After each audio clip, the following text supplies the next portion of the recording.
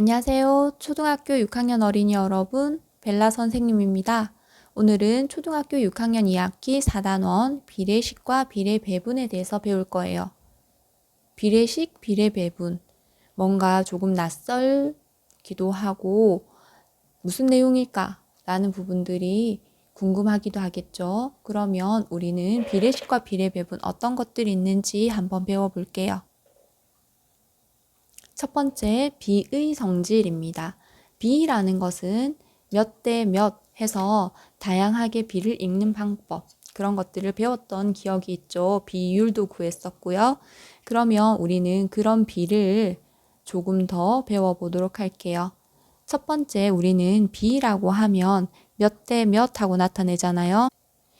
그걸 가지고 우리는 비라는 것이 몇 대 몇 있을 때 이 앞에 있는 수, 다시 말해서 예를 들어서 2대 3이 있었다라고 하면 2는 앞에 있으니까 앞전자를 써서 전항이라고 불러요.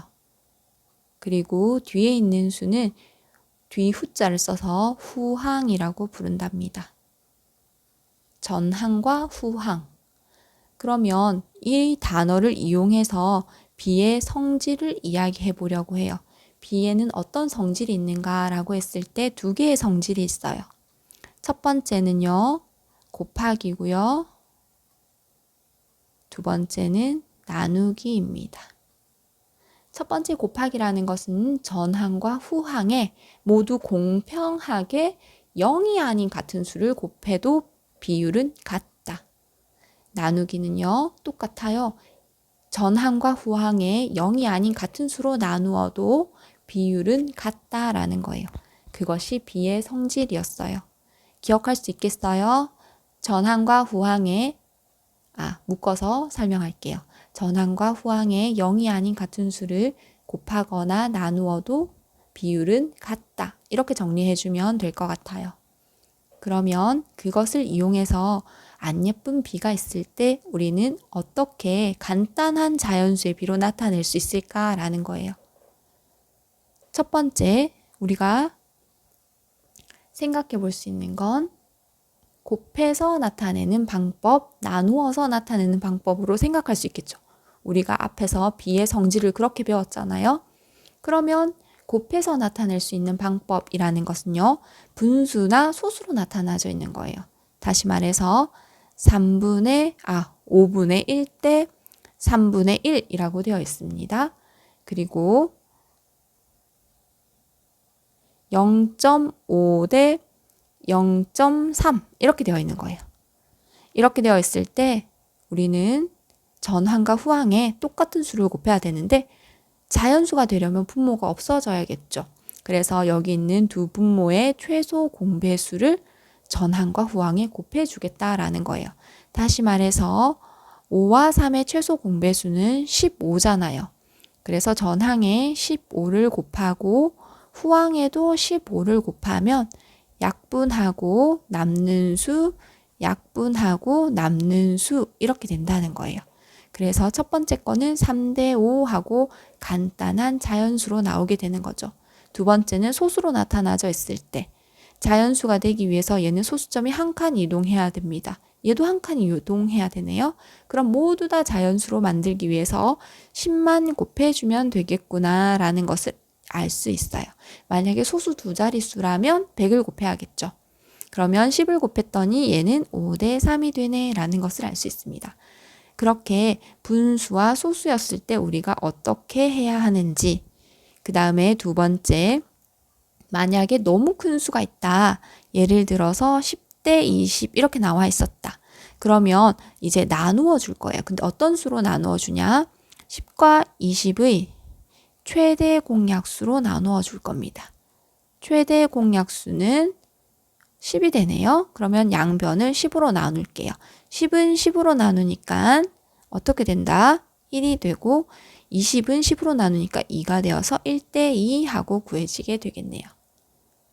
어떻게 하는지 알겠어요? 우리가 배웠던 비의 성질을 이용해서 간단한 자연수, 숫자가 너무 크면 최대 공약수로 나누어주고 숫자가 너무 작으면 또는 분수거나 소수면 분수 같은 경우에는 분모의 최소 공배수를 곱해주는 것, 그 다음에 분자 같은 경우에는, 소수 같은 경우에는 소수 부분이 없어지게 10, 100, 1000 이런 숫자들을 전항과 후항에 공평하게 곱해주어야 한답니다. 그 다음에 나오는 게 비례식이라는 거예요. 처음 보는 단어죠. 비례식. 비례식이라는 것은 도대체 뭘까라고 하면요. 비율이 같은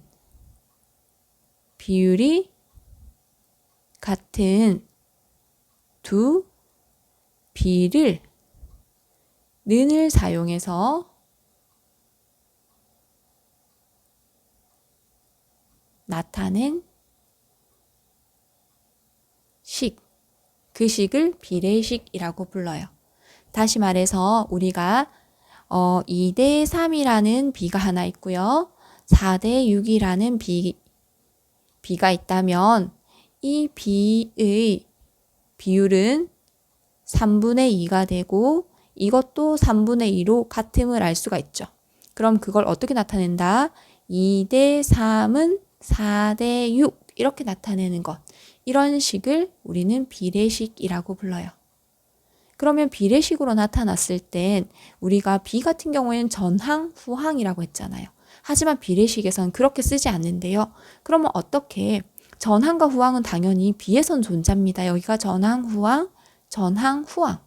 그런데 비례식에서는 어떤 이름이 더 생겼냐 하면 이 등호를 중심으로 안에 있는 것, 밖에 있는 것 이란 의미에서 바깥 외자를 써서 여기는 외항, 안 내자를 써서 내항이라고 부른대요. 이해가 되나요? 바깥 외자를 써서 외항, 안 내자를 써서 내항. 그런데 가끔 가다가 2대 3은 3대 5 이렇게 되어 있을 때 선생님 이것도 비례식이지 않나요? 모양이 똑같이 생겼는데 라고 이야기를 하죠. 그런데 선생님 아까 뭐라 그랬었냐 하면요. 비율이 같은 두 비라고 했어요. 첫 번째 비는요. 비율이 3분의 2인데요. 두 번째 비의 비율은 5분의 3이라서 같지가 않아요.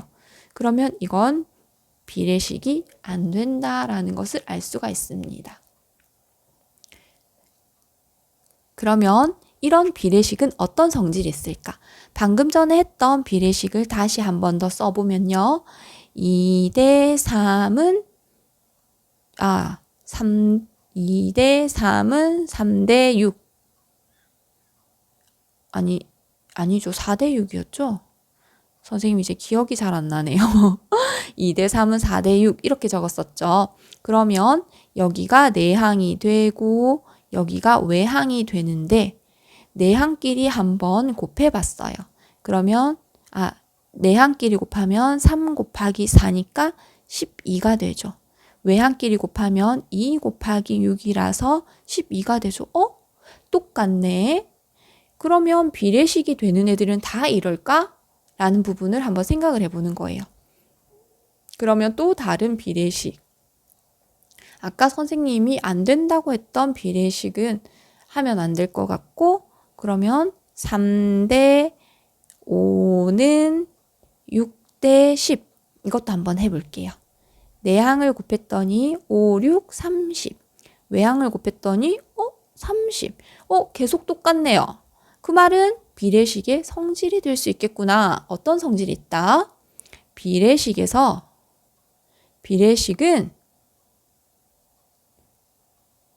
외항의 곱과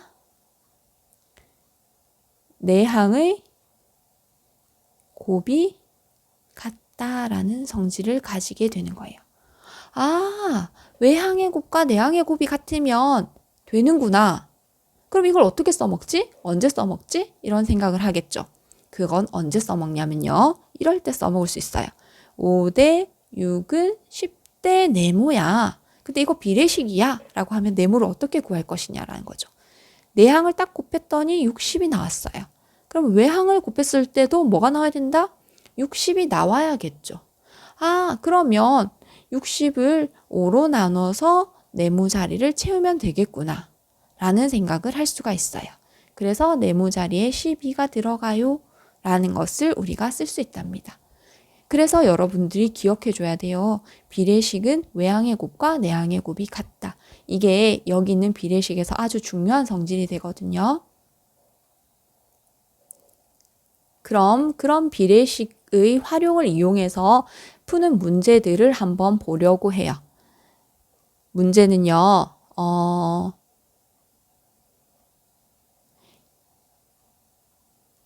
손수건에 천연 염색을 하기 위해 양파 껍질 50g, 양파 50g이 필요하고 거기에 물 2리터가 필요하대요. 그런데 양파가 150g이 있다면 물은 몇 리터가 필요할까 하고 물어본 거죠. 여기에서 비례식을 만들어라 이 말인 것 같아요. 그런데 여기에서 중요한 것은요, 뭐냐 하면 순서예요. 선생님은 어떻게 할 거냐면 양파 대 물은 양파 대 물 이렇게 두려고 해요. 그런데 선생님 저는요 첫 번째 양파 첫 양파라고 쓸게요. 첫 양파 나중 양파는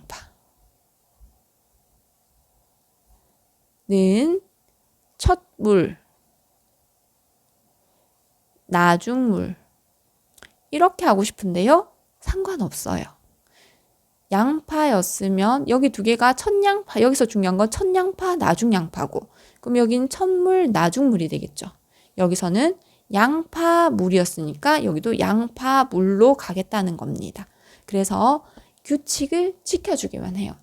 지켜주기만 하면 된답니다. 내가 정한 규칙이요. 그럼 선생님이 처음 하기로 한 대로 한번 해볼게요.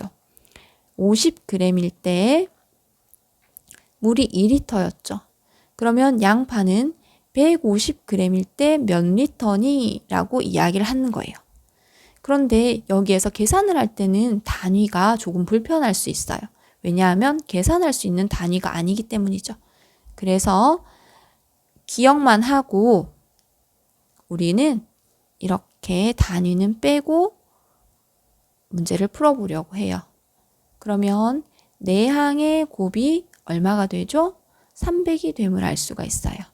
그러면 50하고 네모를 곱한 것도 300이 되어야겠죠. 따라서 네모 자리에는 뭐가 들어간다? 6이 들어가고 물은 몇 리터가 필요하다? 6리터가 필요해요 라고 쓰면 될 것 같아요. 그러면 그 다음에 배우게 되는 내용 비례배분입니다. 비례배분이라는 것은 뭐냐면요. 이런 거예요. 우리가 비를 알고 있어요. 비를 알고 있는 상태에서 전체가 얼마인지를 안다면 그 비대로 똑같이 나누어주면 비대로 나누어주면 어떻게 돼? 라는 것을 해결하는 문제라는 거예요. 그걸 비례배분한다라고 이야기합니다. 전체를 주어진 비로 배분한다라는 의미가 됩니다. 어떤 거냐 하면요. 18개가 있어요. 전체에 18개가 있는데요. 그것을 4대 5로 비례 배분할게요 라고 이야기를 하는 거죠. 그러면 우리는 18개가 있는데 4대 5로 라고 했으니까 18이라는 수를요. 4와 5로 더해서 여기는 1번 친구, 여기는 2번 친구라고 할게요. 1번 친구는 4죠. 그래서 1번 친구한테는 이렇게 계산을 해서 답을 쓸 수 있어요. 다시 말해서 18 곱하기 9분의 4가 되는 거죠. 계산을 해보니까 8개를 줄 수가 있겠네요. 그리고 2번 친구한테는 18개에서 8개를 줬으니까 10개요? 라고 할 수도 있고 우리는 비례 배분을 연습하니까 계산을 한번 해보도록 할게요.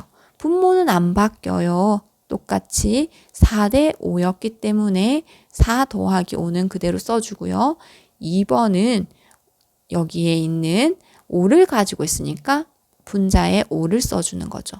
그러면 똑같이 18 곱하기 9분의 5를 쓰게 되고 약분해서 10개. 아까 우리가 했던 것대로 똑같이 10개가 나왔지만 우리는 비례 배분 연습 차원에서 한번 써본다라고 이야기했어요. 이렇게 비례 배분이 끝이 났답니다. 여러분들이 오늘 배운 것은 뭐였냐면 처음에 비의 성질을 배웠죠. 비의 성질. 전항과 후항에 0이 아닌 같은 수를 곱하거나 나누어도 비율은 같다라고 배웠어요.